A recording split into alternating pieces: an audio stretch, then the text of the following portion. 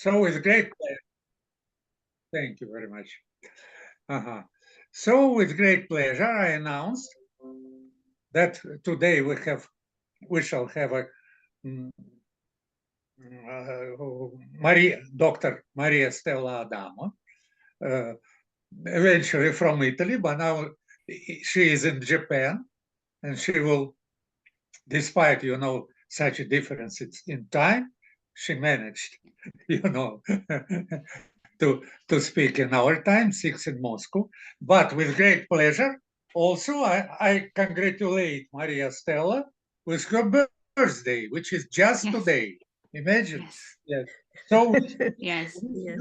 Everything best. Yes. Thank you very much. Health, which is also sometimes good. Yes. Successes in all your enterprises and this and that.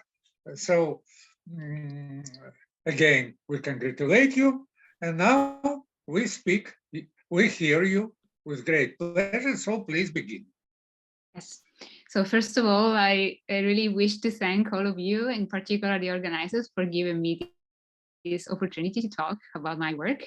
And as Alexander mentioned, today is my birthday. Well, here is actually already Saturday because of the 6 hours difference. So we passed the midnight. So, you are at 18th of November. I'm already at the 19th, but still. Good. So we are actually in 2 different days, but. Well, it's details. Yeah, it's just details. Yes. So today I would like to talk about one of my recent works in collaboration with people in Erlangen, Professor Kaheman Neeb and his PhD student Jonas Schober. And this work tells about reflection positivity, in particular reflection positive representations. And the main ingredients of this talk are, as I said, reflection positive representations and the way we study them, so through Hankel operators. And we consider only the multiplicity free case. So in our work and also in this talk. There is actually a third ingredient which is hidden here, which are Hardy spaces, but they will come soon, just right after we define Hankel operators. So the reason why I chose this topic is because this seminar has a long tradition between the interplay between algebra and analysis.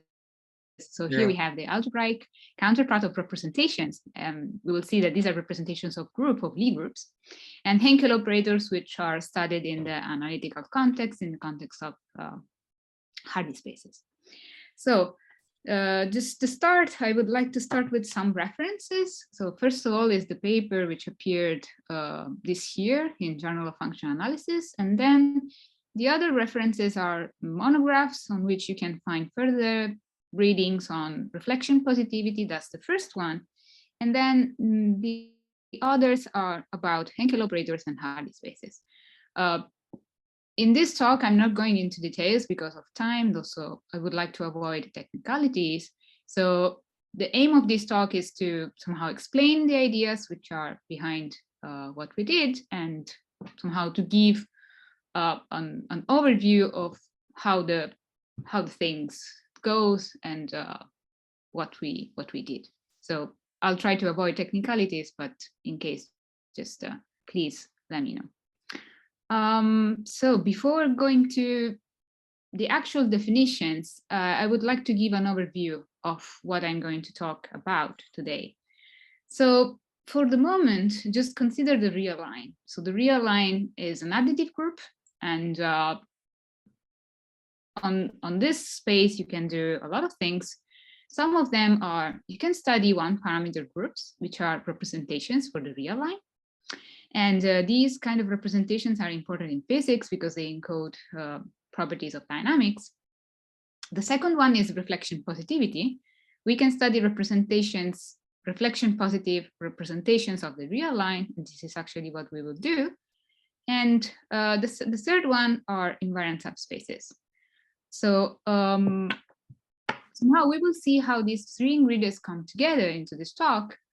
But somehow, if you start with a reflection positive representation, which is made on unitary operators, then what you need is somehow to see it concretely. And under some conditions, which we will call regularity conditions, then you can realize the representation into a space, into L2 space. I still haven't defined what a reflection positive representation is, but is essentially 4 objects. So the first one is where to represent our objects. So we will consider reflection positive Hilbert spaces, which are triples of a Hilbert space, a selected subspace E plus, and an involution theta. So this E plus in the end will be somehow invariant. So we talked about invariant subspaces. This will be invariant for our representation. And then on the other side, you have a representation U of some objects which still haven't defined, but you might already imagine that the real line or somehow these groups come into the stage. And of course, we have these 2 frameworks and we want them to communicate somehow. So we have the Hilbert space and the involution on one side, and then we will have an object and its representation. And we want these 2 frameworks somehow to work well together. So we would need some compatibility conditions. So we can represent such objects in terms of L2 spaces, and also we can represent the representation under the regularity conditions that I mentioned in terms of translations. It would be more convenient to work in the spectral form. So instead of considering L2 and L2 of the positive half line, we will consider instead L2 of the real line and the Hardy spaces of the Hardy space of the half plane. In this case, U then it's represented as multiplication operators, but it's just, I mean, these are 2 ways of saying the same thing, just 2 equivalent ways. The question then is, which kind of involution should we consider to get the 4 objects to go well together, so to get reflection positivity? And since we have a concrete form under regularity conditions, can we classify such 1-parameter groups? We are in the real line, but of course the question might be general, provided that we have a normal form which allows us to see concretely these objects. So this is somehow the main core of the talk. And of course, one can play around with the involution, and using the property of operators, then one can end up in an involution which has this form here. So here is the involution which has this form for some function which has values in U of M. So in this case, we have a multiplicity space which is M, but in our case, we will consider dimension of M equal to 1. Of course, if we cannot attack the problem in dimension 1, then it's likely that we will understand in higher dimensions. And also, since we want it to be an involution, we need to require these conditions to be verified. So the positiveness condition that we want for our representation boils down to understanding whether this kernel is positive and which kind of functions we want it to have. The fact is that this kernel doesn't look quite easy to see, to understand. So somehow we need to find other ways to look at the problem. So here's where Hankel operators come into the stage. So if we have a projection starting from the space L2 into the Hardy space, so we see the Hardy space essentially through the Fourier transform into L2. And we have this reflection which sends x into minus x. Then through the involution, which is still there, we can define the operator in this way. Then this will be a Hankel operator. And the good thing is that this will be positive if and only if this triple will be reflection positive. So here actually there is a representation you're missing, but essentially Hankel operators give a way how to study positivity, but without somehow looking at this ugly kernel, if you wish. So this is somehow, so the question now is, how can we jump from Hankel operators to the representations? How can we somehow let them communicate together? So this would be somehow what I would like to do and what I would like to say. So the contents of the talk are essentially 4 parts. The first part would be the introduction. I need to define what a reflection positive representation is on one side. I need to say what Hankel operators are, and also I need to somehow say how these 2 frameworks come together. Then we will move to concrete examples, which are the ones that we studied, which are the integer group and the real line. And then we will see reflection positivity results. So how Hankel operators gives us the reflection positivity that we are looking for. So essentially, how can we combine the 3 objects with the force? Also, another thing is that one might think, okay, maybe instead of dropping the involution, maybe we can drop like the positive space, which I still haven't introduced, but I'll do it soon. But still, it's not clear. I mean, however you see however you drop the force object, let's say, it's not clear how to add it back. So we really need something that comes from another perspective and helps us to understand how can we, make the thing work. So before starting with the reflection positive representation, then we need to understand what we want to represent and where we want to represent. The where is given by reflection positive Hilbert spaces, which are, you start with a Hilbert space, which is E, and then you have a selected subspace E plus and a unitary involution. And you ask the E plus to be positive with respect to the unitary involution. And by this, I mean that if you consider the Sesquionian form induced by theta, then for all the vectors in E plus, the value has to be positive, or at least non-negative. As an example, we can consider the situation that we had before. So if we take E as L2 and E plus as H2, the Hardy space of the upper half plane. So in this case, I just dropped the multiplicity space. I just considered it to be 1 because this is what we are going to work with. Then if you define the theta in this way, then what you get is a reflection positive Hilbert space. So this condition, once again, gives you this positivity condition, and also you want the theta to be an involution, a unitary involution. So you need this condition to be to let the thing work, and also you need to have values on the circle because you want it to be unitary.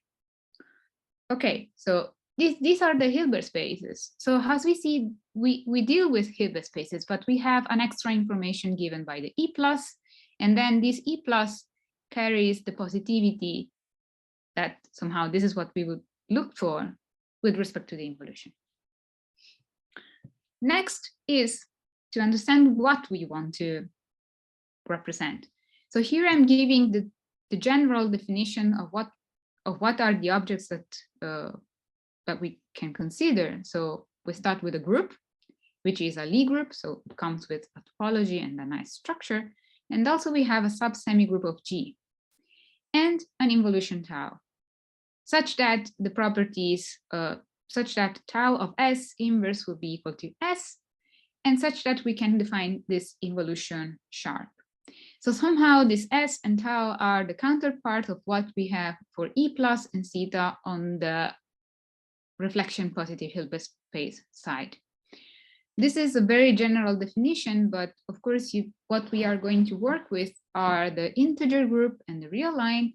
So you just keep in mind these kind of examples, and I guess that we are kind of okay.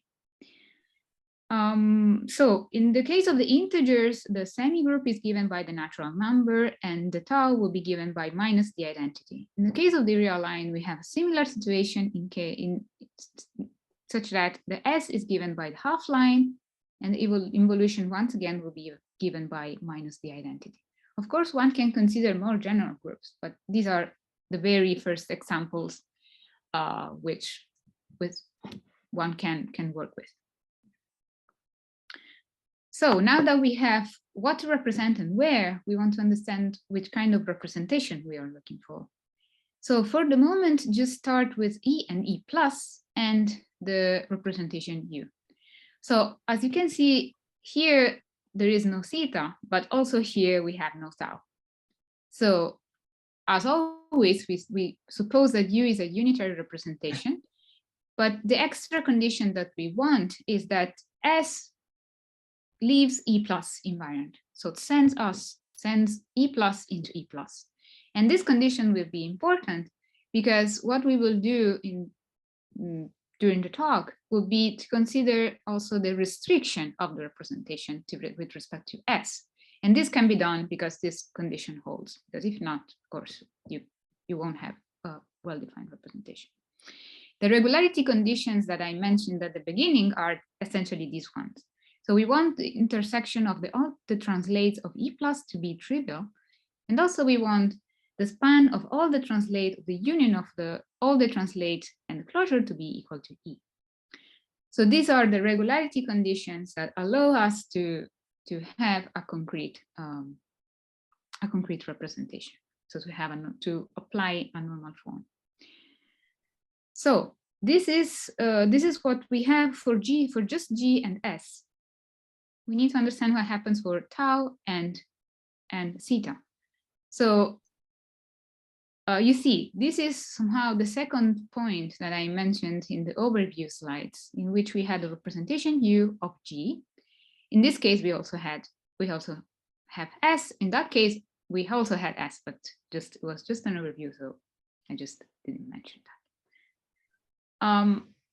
Okay, so now the tau comes back. We start with a symmetric semigroup, and we define a reflection positive representation this time of the triple as 4 objects in which you have the first 3 are given by the reflection positive Hilbert space, and the first, the second, and the fourth will give you a representation of G and S. And the compatibility condition that we had in the overview slides is essentially this one. So theta moves around UG and sends it to the image of G with respect to the involution tau. So you see, we first consider the GS, and then we take the representation. And then once we had the tau and the theta, we need some compatibility condition such that the two structures commute. Well, not commute, but still communicate. Well, somehow they commute up to a tau if you want, because you can move this tau on the other side and you can move the theta on the other side and then the tau appears here. So in this way, we can perform a similar construction to what is the GNS. So a priori, this kernel is a subspace of E plus. And so we can obtain the Hilbert space as quotient of E plus with respect to N, and then define the new norm in this way. So this is okay because the E plus is positive. The positivity assumption allows us to do this procedure, and then take the completion with respect to this norm. Then if you have linear operators or even the representation, and also they might not be bounded because if you consider just the intersection with the kernel of the quotient, then you might do the same procedure.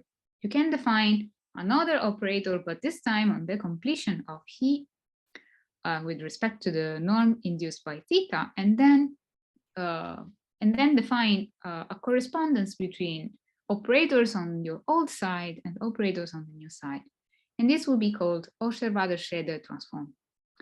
This somehow carries the information about the duality, and somehow, I mean, the historical reason why reflection positivity was born is to study constructive quantum field theories. So in which there is somehow a duality between the Euclidean realization of a quantum model. This is somehow a way to encode mathematically that duality. So as you can see, this time the operator is on E plus, is not on E.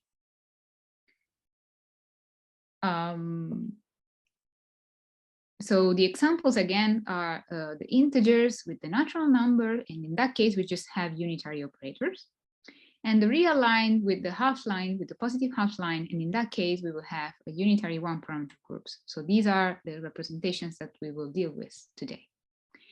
And in this case, so we will get an involutive representation, a star representation of the involutive semigroup.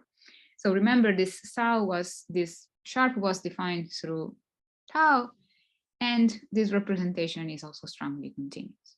So we started with U, we started with these objects, and then we get another representation, but this time on another level. And the level is essentially the one of the semigroup. So this is what I had to say about reflection positive representations. So let's move a little bit on another topic and discuss something about Hankel operators. So Hankel operators are defined through Hankel matrices on the sequence space over the naturals. And in this case, the matrices that we want to consider are the matrices made of this form. So you have on the first entry, you have alpha 0, then on the first line and the second column, you have alpha 1, and the same happens if you switch. So if you take the second line and the first column. So we see that if you continue, you see that on the anti-diagonal, then you have all the same values. So of course, this matrix is infinite, but still the rule is this way. So you have to have the same values on the anti-diagonal. And this matrix is computed with respect to the canonical basis.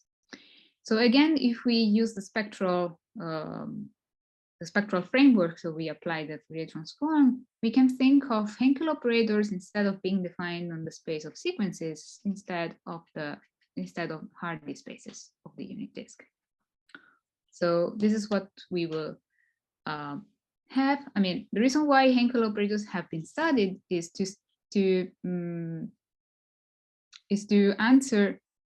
study momentum problems. So the question was having the coefficients alpha n. So the matrix is again of the form alpha 0, alpha 1, alpha 2.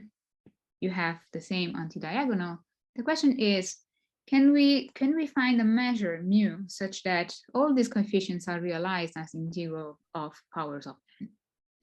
The question is, the answer is positive, provided that we consider positive semi-definite Hankel matrices. An example of Hankel matrix is the Hilbert matrix, in which alpha j has this form. And in this case, the measure is given by the Lebesgue measure, and it is possible to prove, and this corresponds actually to the Hilbert theorem, and also you can find it in Nikolsky's work, that the Hankel operator is bounded. Of course, having these infinite matrices, that doesn't give you any information on the boundedness. So using the Fourier transform, as I said before, we can move to the Hardy space. So we can consider Hankel operators on Hardy spaces. What we will somehow consider are characterizations of these Hankel operators. And the characterization that we are mostly interested in is this one, is the third one. But also we see what we saw before. So we have the projection, which sends us to from the L2 of the unit disk to the Hardy space and back. And we have the multiplication operator, and then the reflection, which is suitably defined in the case of the circle. Before we were in the real line, so of course, depending on the geometry of the domain, the reflection changes. So this is interesting because we can, having a Hankel operator, we can consider this multiplication operator, and in particular, we can consider this function, which has nice properties, meaning that the function has essentially bounded values and has values on the and takes values on the unit unit circle. So I will call this function as G and as a symbol for H. And you can always find for every bounded Hankel operator such H, such that this H can be realized in this way. So by this way, I mean essentially that you can realize through the projections, the reflection, and then the multiplication operator by this function. Another interesting fact is that the norm of the H is equal to the norm of the function. So the norm of the H as operator, the Hankel operator, is equal to the norm of the H as of the small h as function. So this is a result of Nehari, but unfortunately this result doesn't construct the H, just tells you that exists, but it doesn't construct the H. So the condition we are interested in is this third one, which is known as Rosenblum relation. And we are interested on that condition because we want to, we want to use Hankel operators in the case, we want to study reflection positivity representations. But of course, in this case, I mean, this condition is related to the framework where we are working on. So it's the unit disk, the hardest space on that domain. But we want to go to a more general setting. And what we do is that we observe that if we consider an involutive semigroup, which is likely to come from a reflection positive framework, and a representation of S, then we can generalize the relation asking for this condition, which is very similar to what we had here. Just take the natural number as S and then take the representation where we take powers of T. In that case, you can verify that these two coincide. But another aspect is that this really looks like to what we have for the compatibility condition. So if you recall what we had before, so we had this reflection positive Hilbert space, and then we had the symmetric semigroup.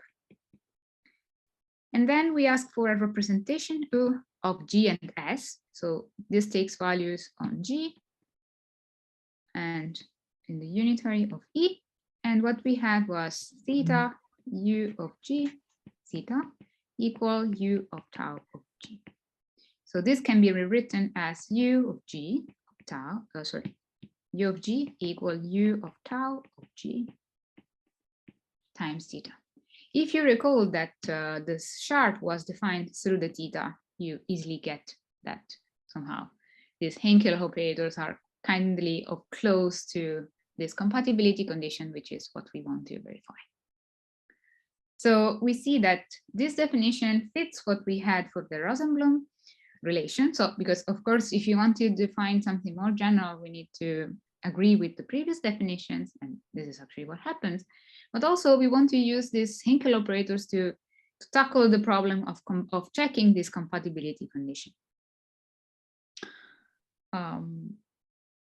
So if we have a symmetric semigroup, what we have is a group and a sub-semigroup with an involution, such that the sharp was defined and this condition holds.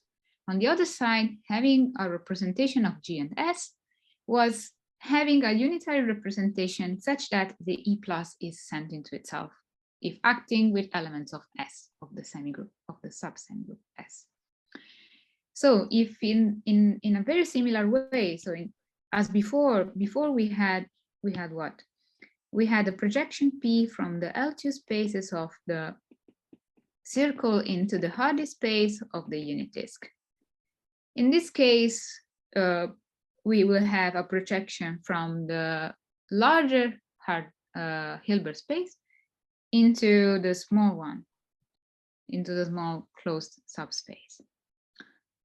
If the operator satisfies this relation, then we can define a U plus Hankel operator in this way. So we take the projection, the adjoint of the projection on the right, and then the projection on the left, and we plug in A. But we see, if we forget for a moment this condition, then if we take this condition will be verified for theta if we have a reflection positive representation. It's just a compatibility condition.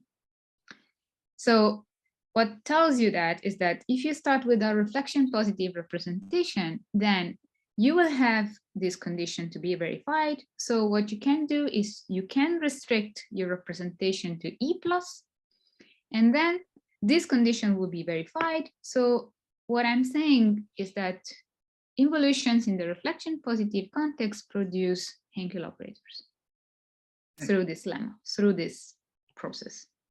You just have the projection, the theta verifies this condition, you just plug it in between, and then you will have Hankel operators. But then the question is, okay, I can define the Hankel operator, but then what am I supposed to do with this operator? And what we will see is that Hankel operators are characterized in terms of matrices and in terms of measures, not only in terms of matrices. They are characterized in terms of measures, and the measure that we are going to consider is essentially the measure that we saw in the Hamburger theorem. Okay, so now we have a symmetric semigroup and the representation of G and S, and on the same way we can define Hankel positive representations. But if we had reflection positive representations, we were considering E plus, theta, and U. What we consider now is instead of theta, we take H. So we ask again E plus, and U to be a representation of G and S. We ask a positivity condition on the operator H, which this time has to be defined with respect to the representation, so which means that is a U plus Hankel operator.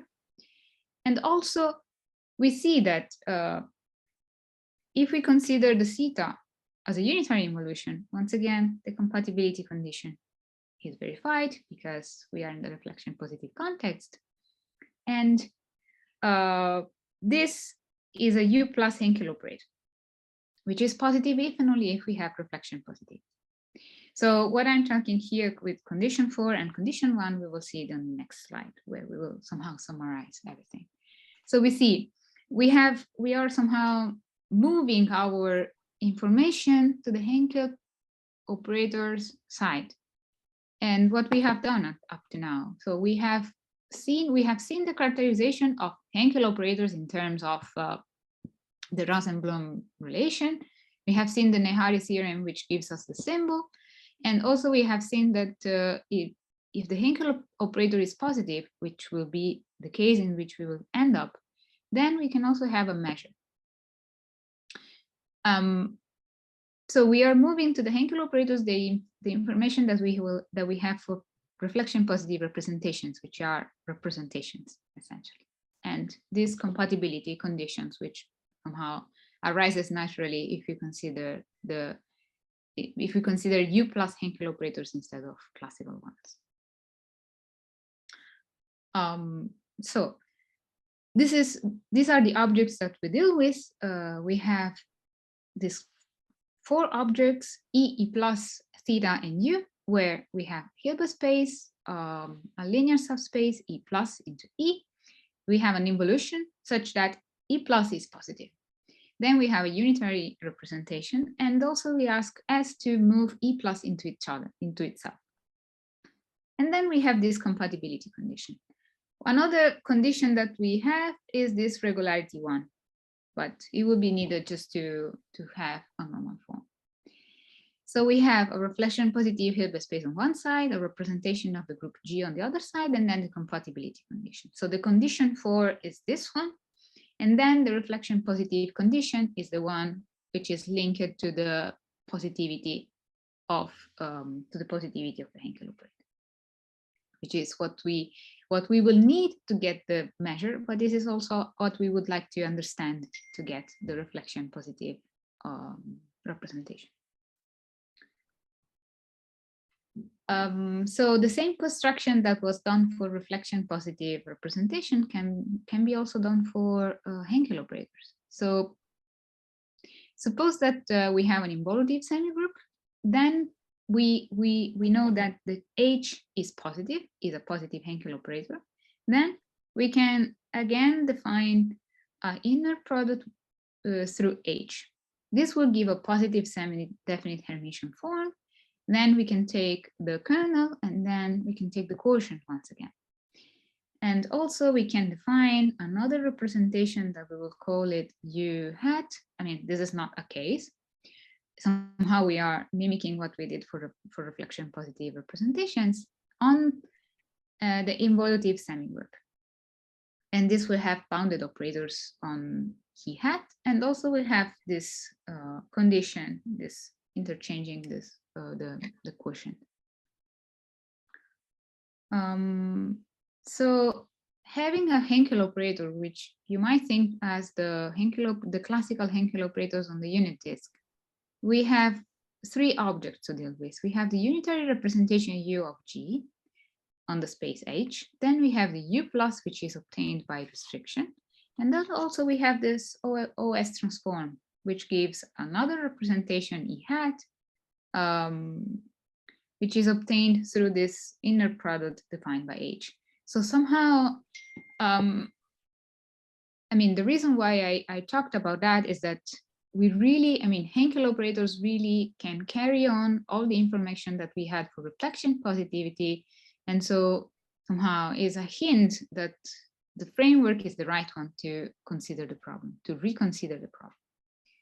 So on the reflection positive side, we were considering this level in which we had unitary representation G, and we were working with the Lie group G. On the Hankel operator side, we would mostly look at this second level in which we would restrict, and eventually, if you want to go back and forth from G and A, from G and S, or maybe I should say from L2 to the Hardy space and vice versa, then we just project. So you just project, and then you see in the previous slides, we have this projection P, which brings you from E to E plus, and then P star, which brings you back. So you just can go from one level to another. So somehow I introduced what I needed to discuss for the reflection positive representations and also for the Hankel operators. So now it's somehow time to see how we can tackle the problem of understanding reflection positivity. And we will do that starting from very simple cases, which is the case of the integers and the case of the real line. So for the moment, we focus on the triple in which G is given by Z, S is given by the naturals, and tau is given by minus the identity of Z. So these are also the examples that we saw at the beginning. Then we can somehow we can see the definition of reflection positivity, but in the new context of the integers. So in this case, the representation is just a unitary operator because you can just take all the powers. And the conditions are that this operator has to send E plus into E plus. So you see that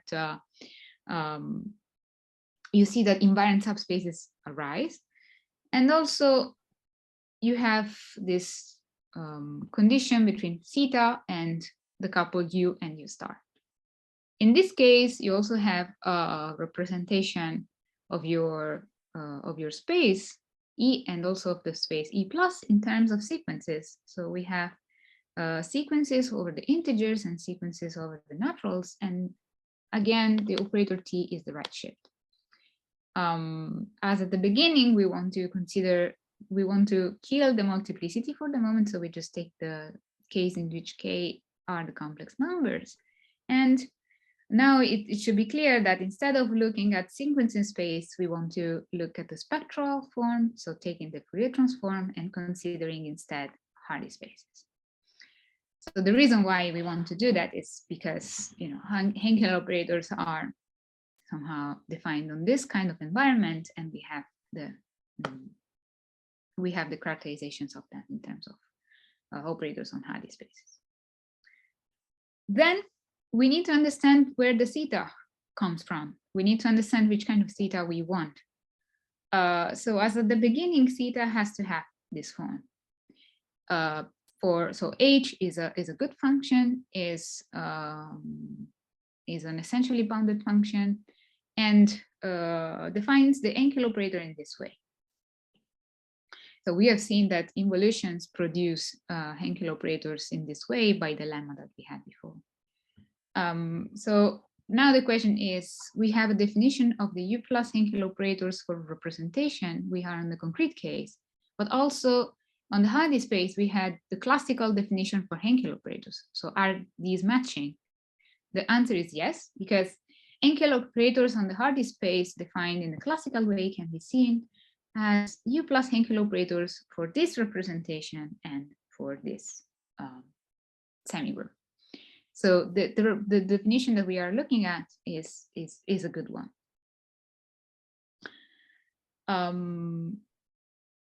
Okay, so we are somehow convinced that Hankel operators can be useful and really catch all the information that we want to take with us. But once we move to the framework of reflection positive representations, then the question is, okay, we somehow set aside reflection positive representations for a moment, and then we look at Hankel positive operators and eventually Hankel representations. Okay, so what can we do with that? The nice thing is that Hankel operators come with a measure, and the measure is the measure which recall that the Hankel measure has this form, so you have the same elements on the anti-diagonal, and the matrix that we want to look at is the matrix which realizes these coefficients as momentum problem, so as integrals of xn. So Hamburger theorem tells us that if you are in the positive case, which is the one that we are interested in, so for a positive Hankel operator on the unit disk, then you can find a Borel measure which is supported on a compact interval such that this holds. And this measure is interesting because it can be characterized by the Widom theorem, which tells you when the Hankel operator is bounded. So this is the first condition. It corresponds to the boundedness of the operator. But also you have quantitative information on how the measure behaves and on how the measure behaves. So you have, it's true that we moved to another setting, but of course, I mean, it's interesting that we can see these Hankel operators in terms of matrices. And then what we will need is that we will need to use another information, which was the symbol for the Hankel operator. And this is what we will do, but we will see it on the real case line, on the case of the real line. So here we go. So instead of taking the integers, we see the construction on the real line. And in this case, we won't have the single operator, but we will have unitary one parameter group. And the conditions for reflection positivity read like this. We will have E plus is centered to itself for all positive t, because we recall that this would correspond to S. And also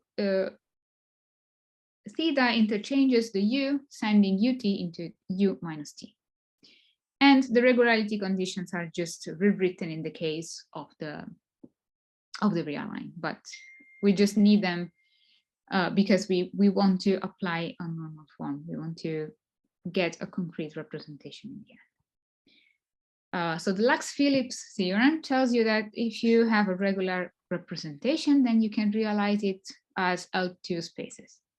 So E will be realized as an L2 space on the real line, and L2 will be, and E plus will be L2 over the positive half line.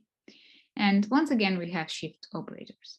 But since we want to work with Hankel operators, it's more convenient to look at the Fourier transform of this framework and look instead at L2 of R as E and the Hardy space on the upper half plane as E plus. And in this case, the shift operator become the multiplication operator, as we see here. Just a comment, these are somehow the same operators which appear in Berling-Lux theorem for invariant subspaces. And the condition of invariance is essentially this one. Okay, so we have this triple to work with. This is a very concrete one.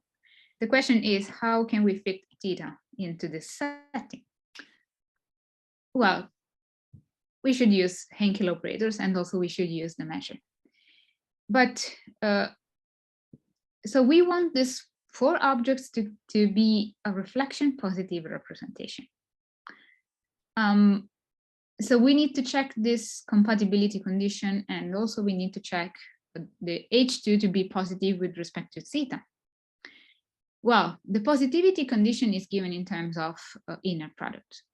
So what we expect to do is that we would need to modify the inner product such that our H2 is positive, but also such that we get another object or another Hilbert space, which is isomorphic, isometrically isomorphic to our L2. So how can we do that? The way we would do that is finding the symbol for our Hankel operator. And how can we find the symbol for this Hankel operator? We will use the Widdom's theorem.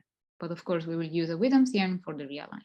I mean, the one that we saw before is for the units, for the unit disk. So once again, we want to find the involution such that H2 is positive and the compatibility conditions are, and the compatibility condition is verified. So Hankel operators on the upper half plane read like this in a very similar way as the unit disk. I actually haven't defined what Hankel operators on the upper half plane are, but what you can do is that you can recall the fact that the unit disk and the upper half plane are biholomorphically mapped one into each other by the Riemann mapping theorem. So you can induce a map from the geometric domains into a map of the Hardy spaces. And so this will be an Hankel operators in which we consider this reflection, because of course we are in another setting, and the projection as before is defined from E into E plus. So this is our E and this is our E plus. And so once again, we see that we have the projection on the right, on the left, and then we have the adjoint on the right. And then in between we have an H, which would be the symbol here, and then the reflection. So we really need to find what this H is, this small h. So we have a similar characterization for the upper half plane. In this case, we need the isomorphism induced by the Cayley transform, which implements the biholomorphism between the unit disk and the upper half plane. And this isomorphism maps the Hardy space, one Hardy space into the other.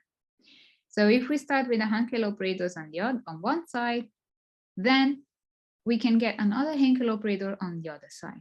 And these are equivalent. So if we have a Hankel operator on the unit disk framework, then we will have one on the upper half plane and then vice versa.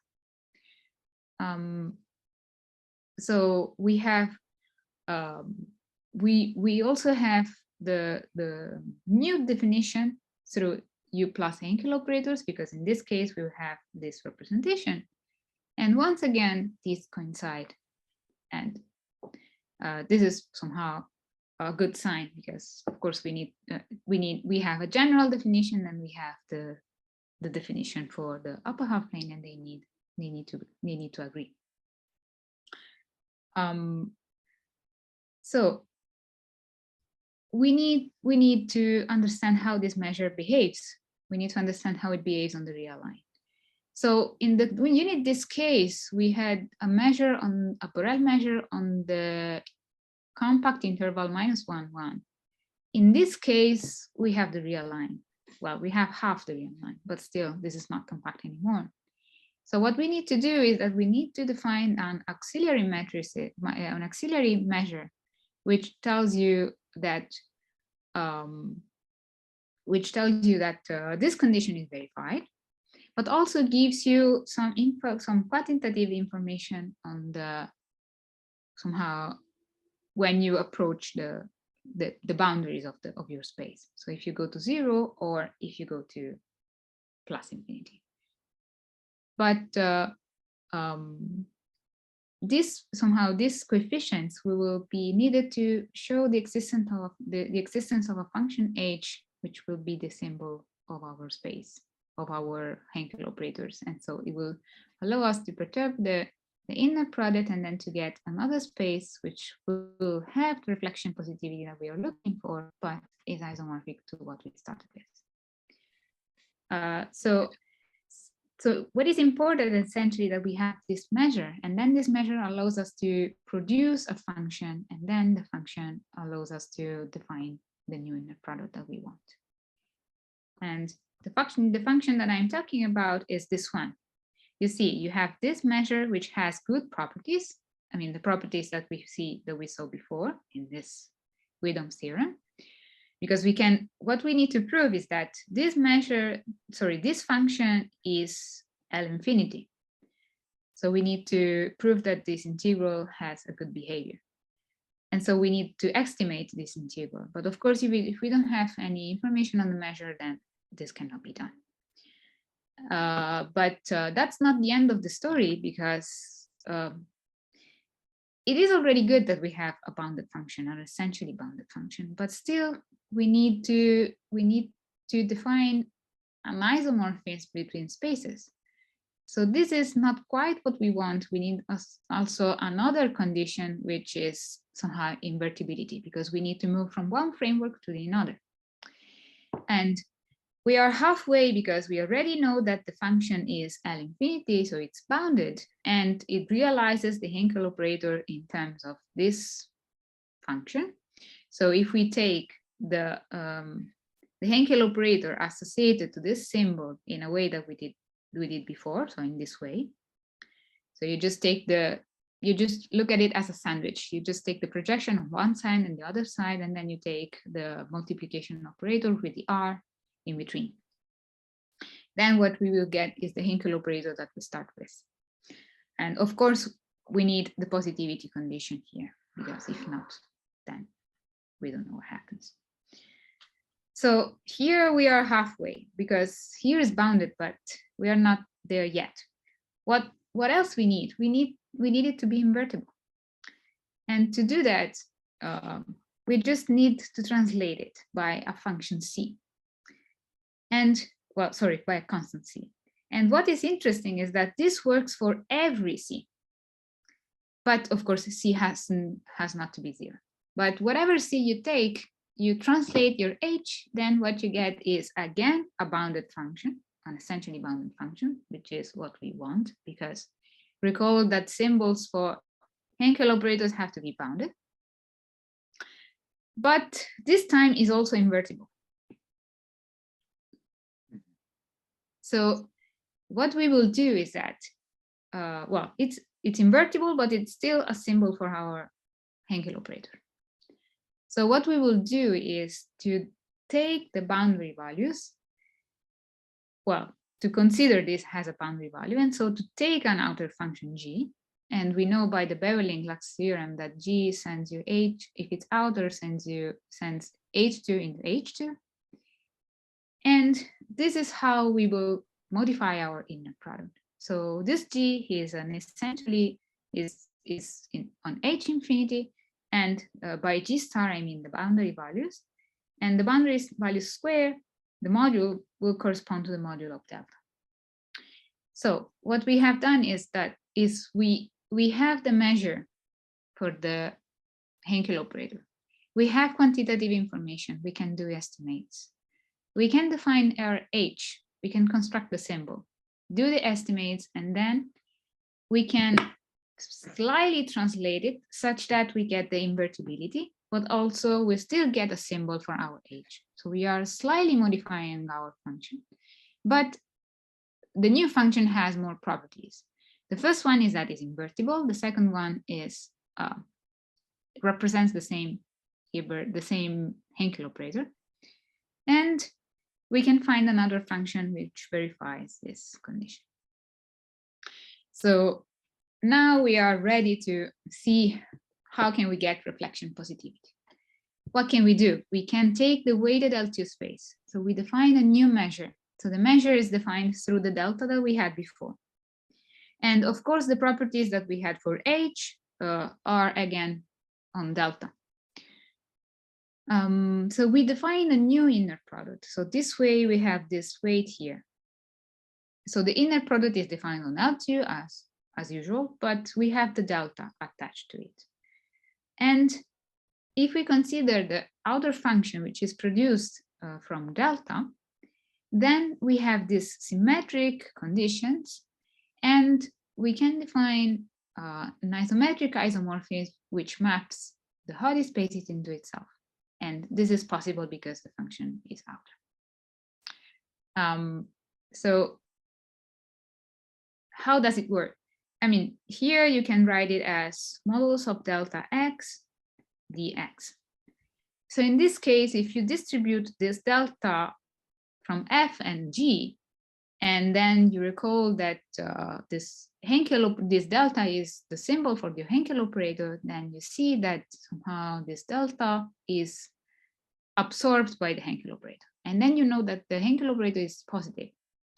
So the positivity condition on the Hankel operator gives you the positivity condition on the new space. So what I said is essentially here, you can rewrite it, you can rewrite your inner product using delta. And you see here, you need this unimodular function U, but this is defined through the modulus of delta. So you need a sort of invertibility. So if you move to the boundary values, then the delta, here the projection disappears. Here you will have the P star and the P, but you move into L2. So you don't have the projections anymore. And you can distribute the delta on one side and on the other side, and then take the weighted space.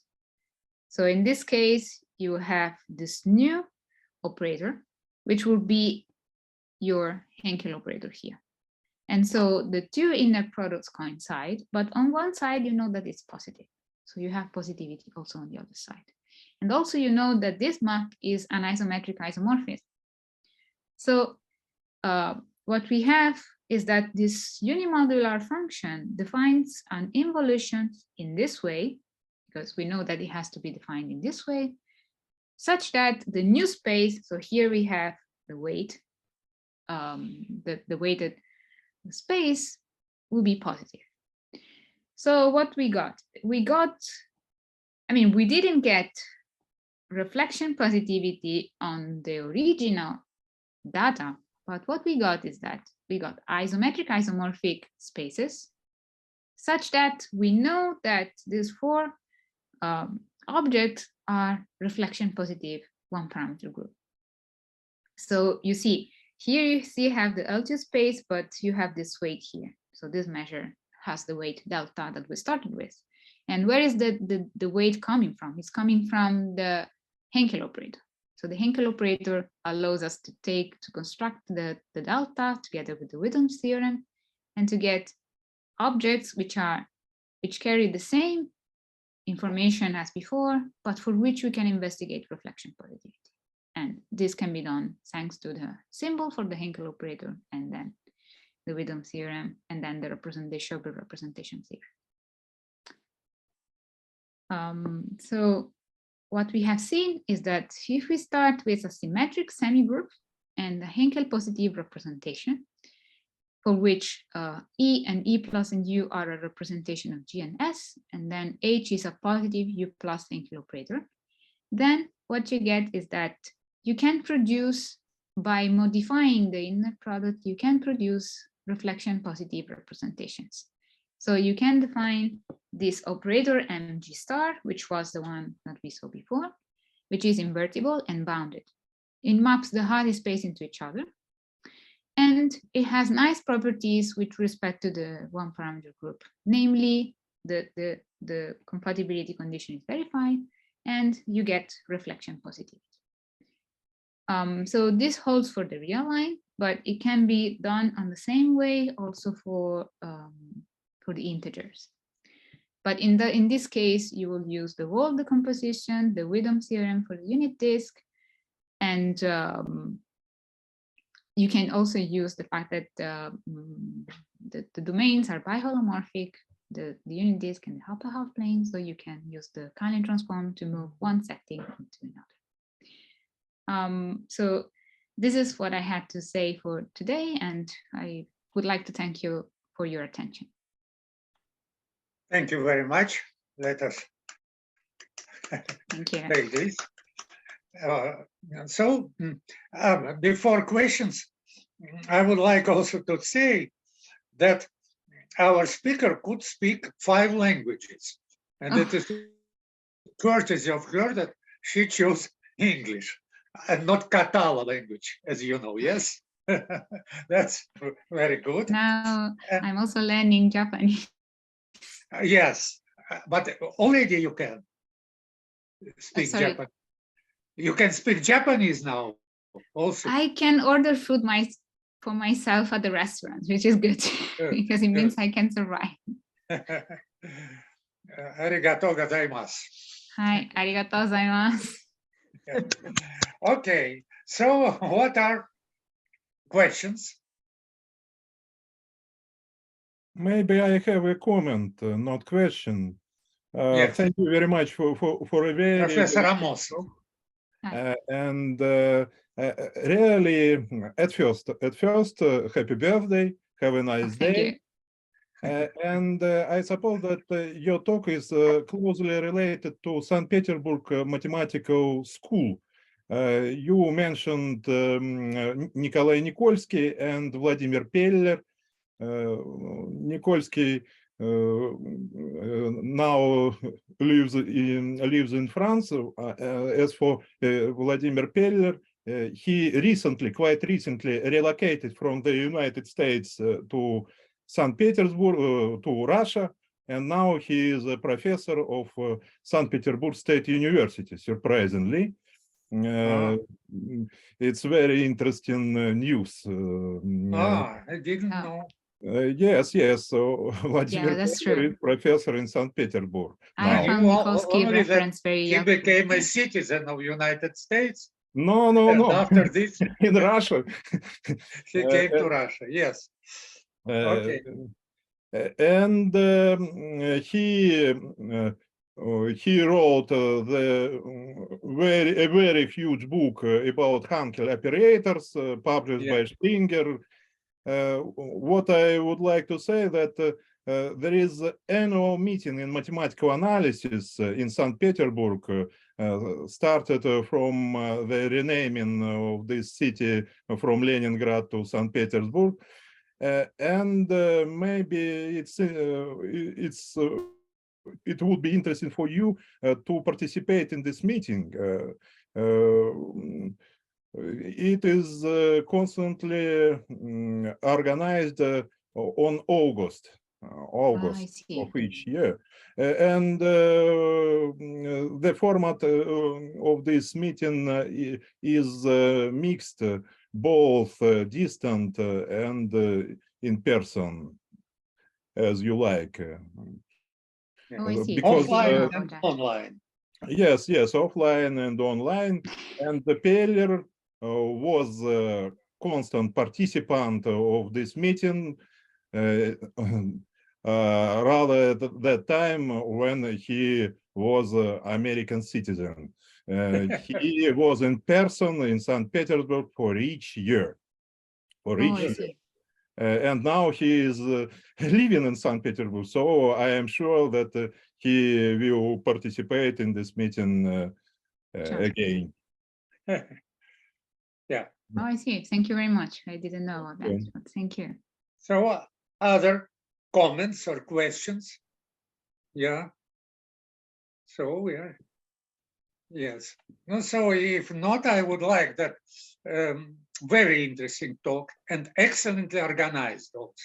Thank you. Sometimes, you know, you hear very interesting subject, but a speaker somehow did not organize it well. Now it is a combination of good mathematics Yeah. and good, very good management, I would say. Yes. So yes. So next time, next week, will be Dr. Yanis Zarakas from University of Athens. He is, I think, also he will speak about interesting things. Yes. And now let me thank first of all to our speaker and then to people who came online to hear. Yes, and so hope to see all of you again. And as to Maria Stella, now you will go to bed, as far as I understand. Yes. Yeah, here it's 1 Having 1 a.m. year more. Yes, but you have so not so much years, so it is just the same. Yes, it is not so important. Okay, so thank you, and Thank you very much. see you next time. Bye. Bye. Oh, Bye-bye, Maria Stella. Bye. yes. Thank you very much. It was a pleasure to see all of you. Also on my Yeah. birthday. Good. It was good. very nice. Yeah, Bye. thank you very much.